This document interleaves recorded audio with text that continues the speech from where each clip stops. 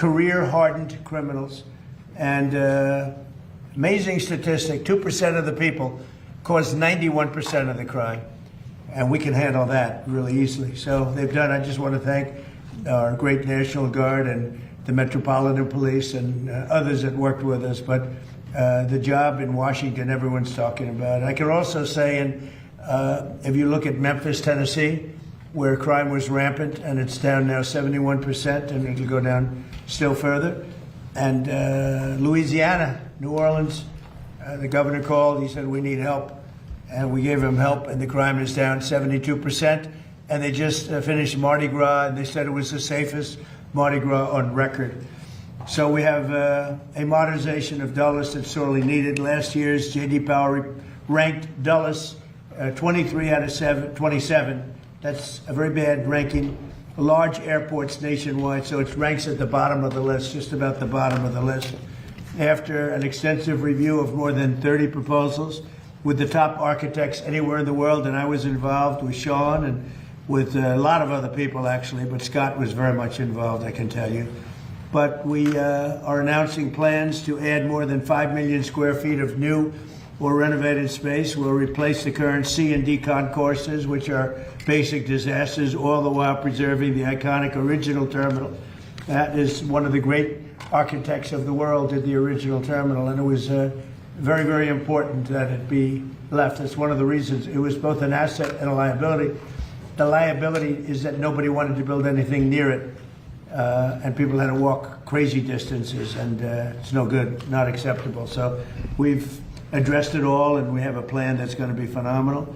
But we're going to replace the C&D concourses and preserve the iconic original terminal that first made the airport an architectural landmark. So it's going to be something you can sort of see a little example of it right here. That's your front. On the other side of the street, we're building a massive 9-story, 8-story, 10-story, we're not sure yet, but we're building a parking garage that will be right next to the terminal. You'll walk right across the street, and you'll have a glass bridge, a number of glass bridges that will go right into the terminal. Right now, you have to walk so far. You have to walk blocks and blocks to get to the terminal. And we have an empty site right directly across the street that nobody wanted to tinker with, which was crazy. So we're going to have a magnificent garage. What would you say, Sean? How many cars? 32,000 parking spaces. 32,000. It'll be actually the largest garage in the world. 32,000 is big, mostly above ground. We don't like down. People don't like going down underneath. Mostly above ground. It'll be beautiful. But a central walking tunnel and a new air train connections will provide travelers with easy options. Really, it's an impossible airport. You get off a bus, you go into a train, you get from a train, you get onto another bus. It's a worse airport.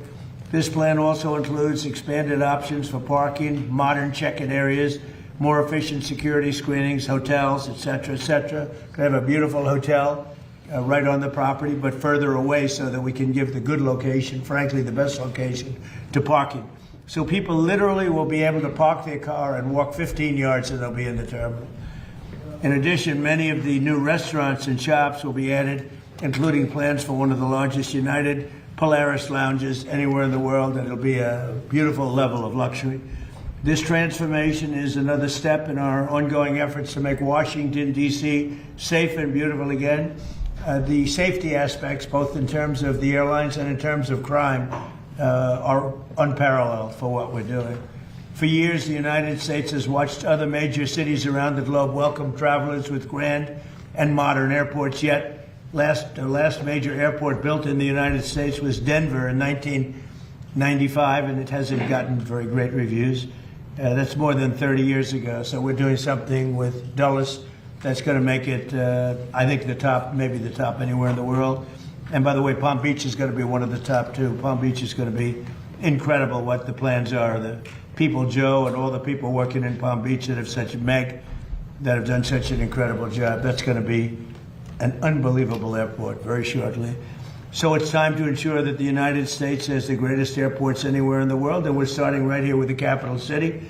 And you can see just before Sean goes up, if you take a look, this is only showing the terminal in one rung, but you have numerous of them. You have here, here, here.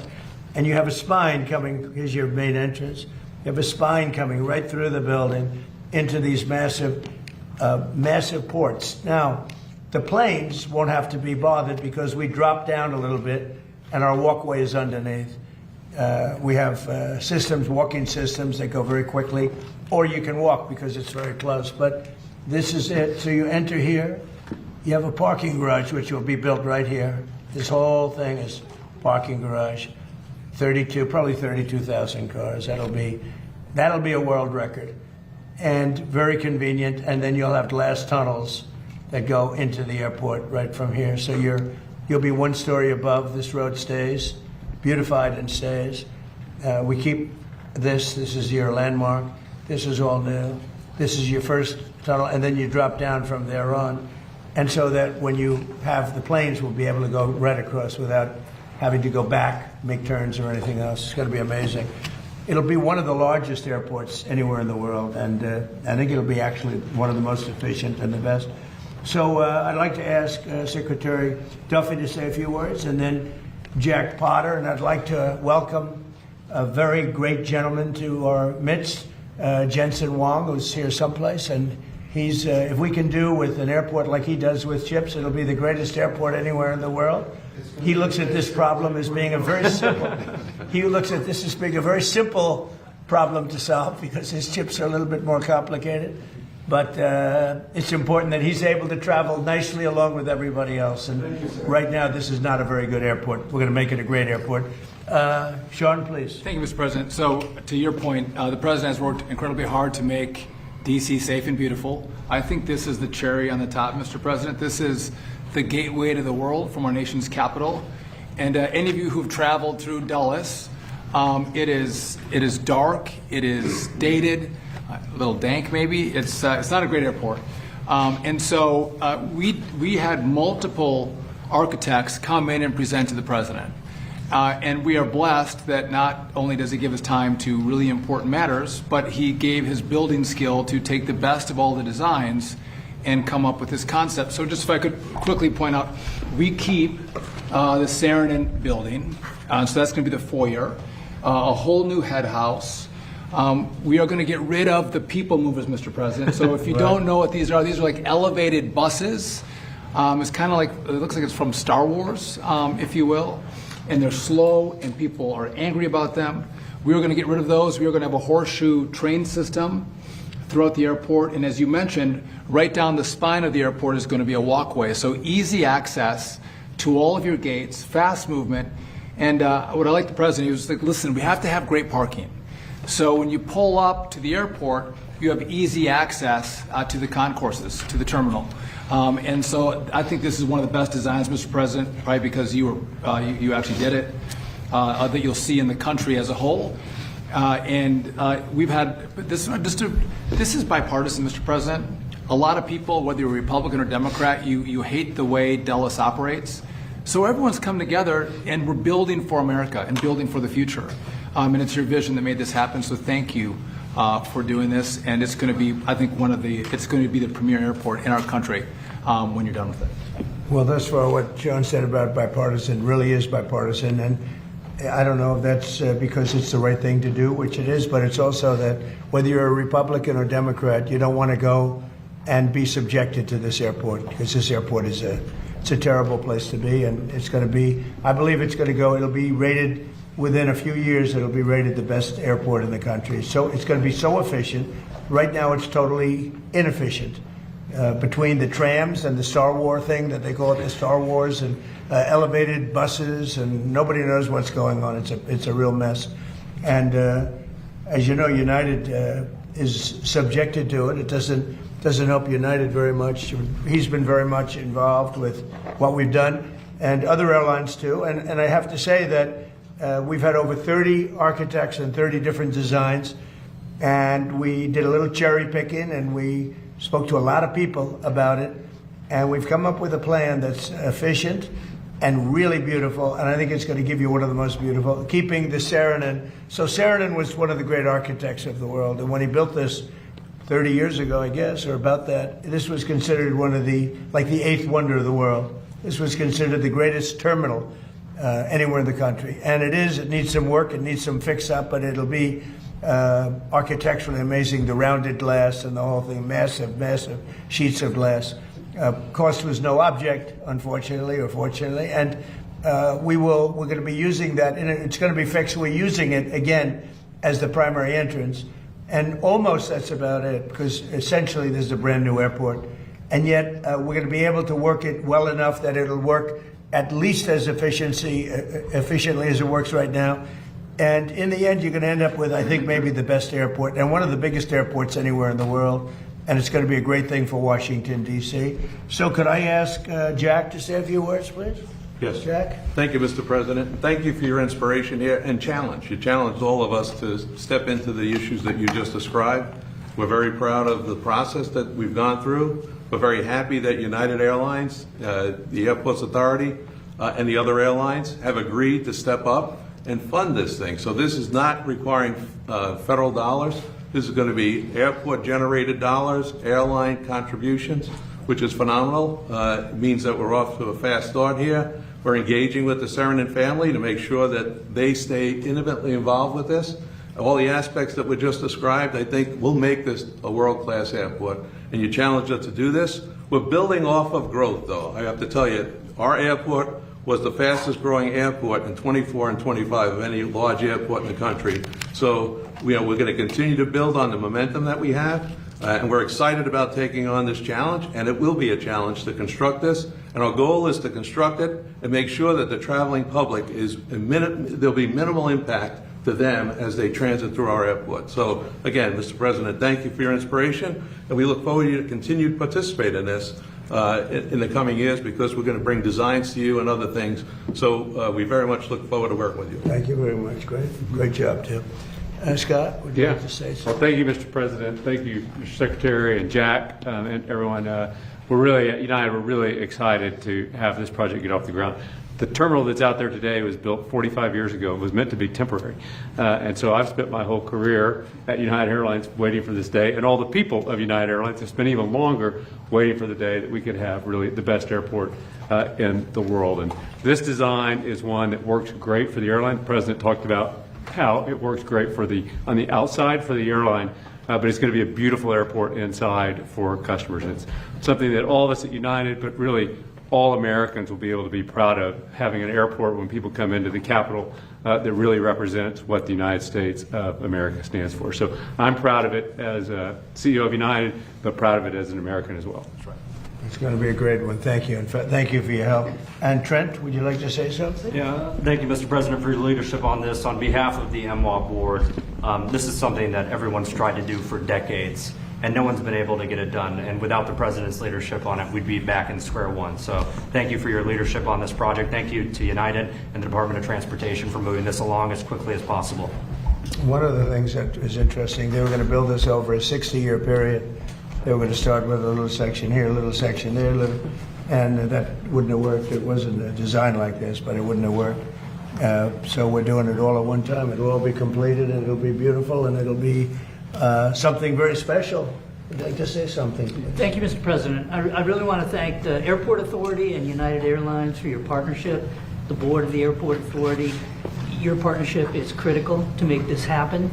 I know you had a plan to improve the airport, but as the President said, it was a long-term plan. We thought it was too modest, too slow, too modest. And with 60 years isn't too long. Decades.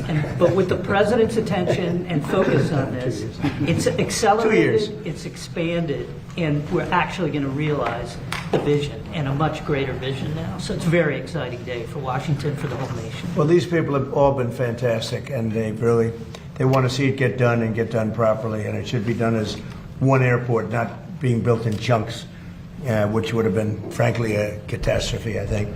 So thank you very much. You have any questions? Mr. President, thank you, Mr. President. Very quickly on this issue, did you just say 2 years? It would take 2 years to finish this? We can get it started fairly quickly. It's largely financed. And we need some approvals from Congress probably, but generally speaking, it's been very bipartisan. And then on the attack, the drone attack on the LNG tanker off of Egypt, Yeah. What can you tell us about that? And is there any indication it's Iran related? Does it represent Well, a wide I'll give you a report. I've been briefed. It's a little more of the same, but it's going to be straightening out. It's going to be straightening out. In the meantime, we're going to be hitting them very hard because it's our turn to hit them. They know it's coming. They're asking us not to do it, but they tried shooting it last night. So we had 5 rockets shot going 8,500 miles an hour, and all 5 rockets were knocked down to the ground. But they nevertheless took a shot, so it's our turn. And we'll see if we get there with an agreement at some point, but we're going to hit them very hard.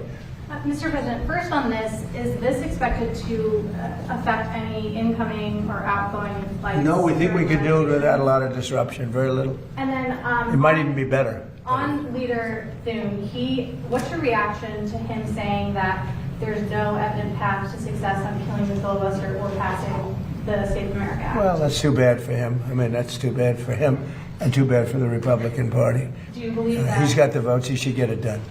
He should be able to get it done. Mr. President, Dr. Fauci invoked the Fifth Amendment more than 100 times today. Yes, sir. Senator Rand Paul said he's going to hold a vote on holding him in contempt of Congress. Do you think Dr. Fauci should face repercussions for this? Well, I watched the whole thing today, but more importantly, I was a part of the whole Fauci. I inherited Fauci. He was here from the 1980s, so I had him for a period of time. And I disagreed with him on a lot. I would have had to close down the whole country if I listened to him. I went the Federalist way, which is basically let the governors decide. And generally speaking, the Republican governors did very well. The Democrat governors did not very well. But Fauci wanted to have nobody wearing masks, if you remember, and then everybody had to wear 5 masks, as many masks as you could get. I mean, he made a lot of mistakes. And he wasn't a big factor for me. He was a very big factor for Biden. And if you remember, even though we were prime time in terms of that whole disaster of COVID, fewer in the Trump administration than in the Biden administration. We ran it well. Operation Warp Speed was talked about as being one of the great success stories anywhere in the world, actually. And we did a good job. But many more people died under Biden than died in the Trump administration from COVID. COVID was a disaster, but Fauci did not help. Mr. President, do you think that the DOJ should reopen the investigation into the auto pen, specifically pertaining to Fauci?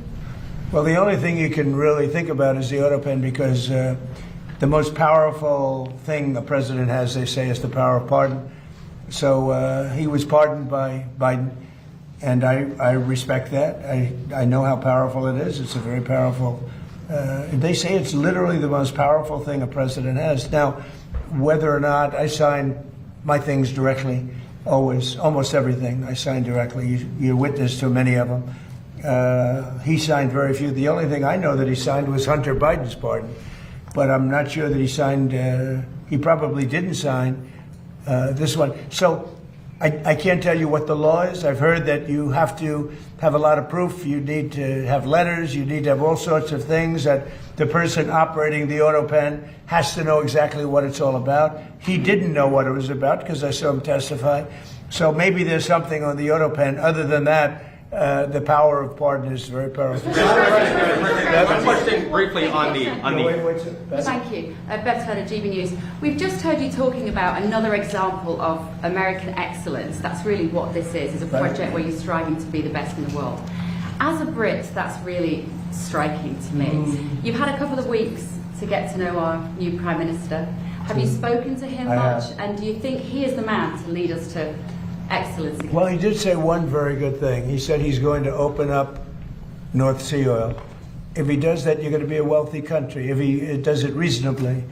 I was telling Prime Minister Starmer, open up the North Sea. Open it up. You'll be okay. Open it up. They have 2 problems. They have a huge immigration problem. People coming from all over the world and just camping out in your country. And we've taken a very tough stand. In fact, for 14 months, nobody has come into our country. 0, which is almost hard to believe, but that's what the report says. Our borders become very strong, and your border is very weak. He's got that problem, and he's got energy problem. He's got windmills all over the place, and anytime you see windmills, you see a failing country. And they're made in China, not used by China, but they're made in China. And you have a thing called the North Sea, and you buy a lot of your energy, as you know, from the North Sea. You buy from Norway, and Norway gets it from the North Sea. They get their oil from the North Sea. And Norway's got trillions of dollars in the bank, trillions. It sells its oil from the North Sea. And Scotland has a better part of the North Sea. And you have 500, 600, 700 years. You have areas of the North Sea that haven't even been explored yet. You have one of the most valuable oil finds anywhere in the world. And if the United Kingdom would use it, they'd be a wealthy country again. And I tell you what, I could not get Starmer to use it. It was incredible. Every oil company that I meet, and these are all big giants, every person that I know in the oil business said, please, could you open up the North Sea? Could you get them to open it? They're dying to do it. And if you open up the North Sea to the oil companies, Scotland, Ireland, the UK as a whole, but it's right in Aberdeen, Scotland. It's right in Aberdeen. And that would be one of the most vibrant. You know, it used to be called the oil capital of Europe. Aberdeen was the capital of Europe. And now it's, they don't drill oil. And nobody can understand why. You have it's among the finest oil, it's the best oil anywhere on the planet. And it's unbelievable plenty. You don't have to pay Norway triple what it costs them to take out. You have your own oil and gas. If you use the North Sea, the UK will be a really rich country. I cannot get the point across. The new gentleman, when I spoke to him, he said he's going to open up the North Sea. Let's see if that's The Fed today voted to keep interest rates unchanged. Are you surprised by that? Are you disappointed in any way with Kevin Warsh and not being able to corral his Fed members? Yeah, Kevin's got a board. He's fantastic. He's a brilliant guy, smart. I know he'd love to see lower interest rates, but he's got a board, and it's a political board, and they want to keep rates up. But we fight through rates. We have the strongest investment ever made in a country, of any country. It was China about 13, 14 years ago. We have far greater, 19 even Jensen would say that's a lot. 19, and Jensen's spending a tremendous amount of money by hundreds of billions of dollars. He happens to be in the room. He's spending more than United, actually. Yes. But he's spending 10 billion, but Jensen's spending hundreds of billions, right? I don't know. That's not a bad business again. But no, we have 19.2 trillion. It's the biggest number ever spent in any country by far, and that's over a period of 1 year. As an example, as you know, the Biden administration for 4 years did much less than 1 trillion. We're doing 19.2 trillion in 1 year. So we have things that are happening in our country, the likes of which nobody's ever seen. Plants and factories are moving in. Toyota just announced they're building one of the largest car plants anywhere in the world, and truck plants anywhere in the world. We are building more automobile plants now than at any time in the history of our country. Mr. President, Unveils in particular, this is just one of several projects that you have underway in the DMV. Why would you say that you're so focused on transforming the Washington region right now? Well, this is an important one. You know, this is travel. So in terms of the importance, I think the Arc is going to be incredible. I think the protected ballroom and military center that we're building at the White House is going to be unbelievable. It's very important. But, you know, this is the airport. This is sort of the lifeblood of a city or a capital, certainly a capital.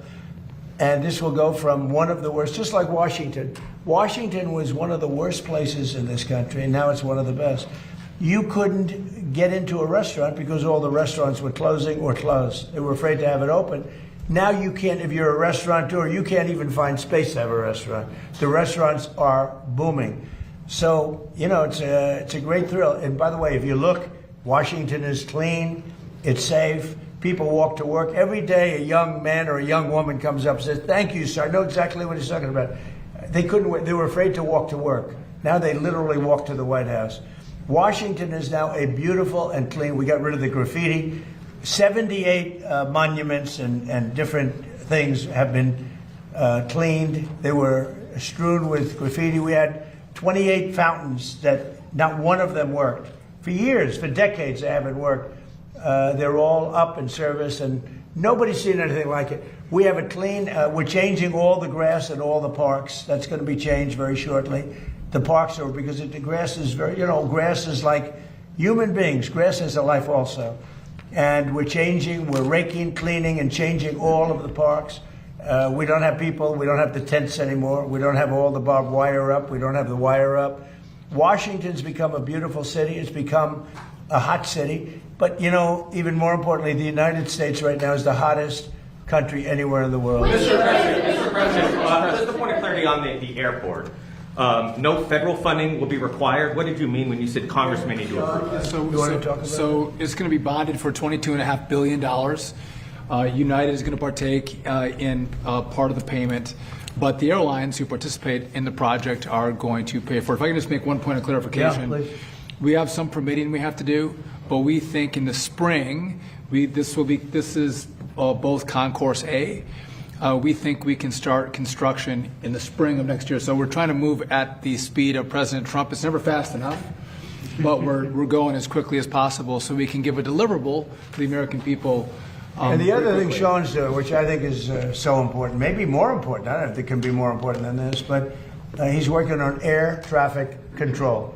We have an obsolete system, it's 50 years old. You saw the helicopter crash a year ago into a plane. That was a disaster. And things like that would never happen. Bells would have gone off in 4 or 5 minutes before it happened. You would have heard the bells and whistles would have gone off. And a thing like that couldn't have happened if you had proper air control. So what's happened is we're working very hard on getting the finest in the country now, in the world. We've examined the systems of almost every good country in terms of air traffic control all over the world. And we have the best people working on it in the world. And it'll make, I mean, so often you'll see somebody even bunking into each other at an airport. But where planes come too close, where planes, in the case of the helicopter the helicopter hits the plane, we are working on air traffic control to redo the entire system, including the new towers, because the towers are obsolete. You know, you don't think of it. You see a tower, it looks fine. You go into those towers, they're literally falling down. So we're talking about new towers and all new air traffic control, which will give us the safest anywhere in the world. Mr. President, Why do you think Dr. Fauci invoked the Fifth Amendment so many times today when he has the pardon? And what was stopping him from just giving an honest testimony this morning? Well, look, I've never been a big fan of Fauci. Why he did that was very simple. His lawyer told him to. You know, I don't know if he would have been better off not doing it. There were a lot of questions that I guess he could have answered, and some maybe he didn't feel comfortable in answering, but his lawyer told him to do that. Mr. President, on Iran. Prime Minister Andy Burnham hasn't mentioned publicly migration at all since he's gone into number 10. Did you discuss it with him? I did, briefly. He's going to have to mention it because it's killing your country. Mr. President. Killing you. He won't talk to GB News. He's killing your country. He won't talk to us. And not him. I mean, we'll have to see. I know Starmer did very little about it. And they're coming from all over the world. They're coming from Africa. They're coming from South America. They're coming from different parts of Asia. And they're invading Europe. I mean, they're invading Europe. It's an invasion. And the UK is a prime suspect. Mr. President, on Todd Blanche, Senator John Cornyn of Texas has been hesitant to back the confirmation. Seems to be some sort of deal that he's talking about. What is your reaction to his hesitancy? Well, all I can say is Todd Blanche is outstanding. And I thought it was pretty routine because he's so good. You just wouldn't find a better person. So I don't know, maybe John Cornyn's upset with me because I didn't endorse him. I don't know what it is, but I haven't heard that there's a problem. I heard he's going through quite nicely. And do you think Senate Majority Leader John Thune, after the comments you heard regarding Save America and some other stuff, do you think he's still the man for the job? Well, we're going to find out, and I'll let you know. Mr. President, it was a beautiful service yesterday for Senator Graham, beautiful eulogy that you delivered.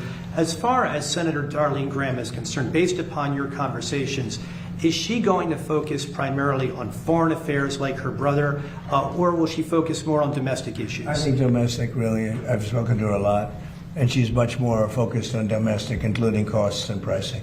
And I think she'll be outstanding. Jay Clayton, he was just confirmed by the Senate. Yeah, he's great. Would you like to see him continue with Bill Pulte's work at exposing election Oh yeah, interference sure. in I'm sure he will. 2020? Bill did a great job, and Jay has just been confirmed. And you know, he's outstanding. He was the head of Sullivan & Cromwell for many years, and he's very outstanding, and I think he's going to do a fantastic job. And Bill was great. Yeah, please. Mr. President, in light of advanced ChatGPT AI models escaping their lab and conducting cyber attacks, are you considering stronger controls on AI, and would you consider negotiating? Well, we're looking at AI, we're looking at controls. We're also making sure that we lead. So we're leading China in AI by a lot.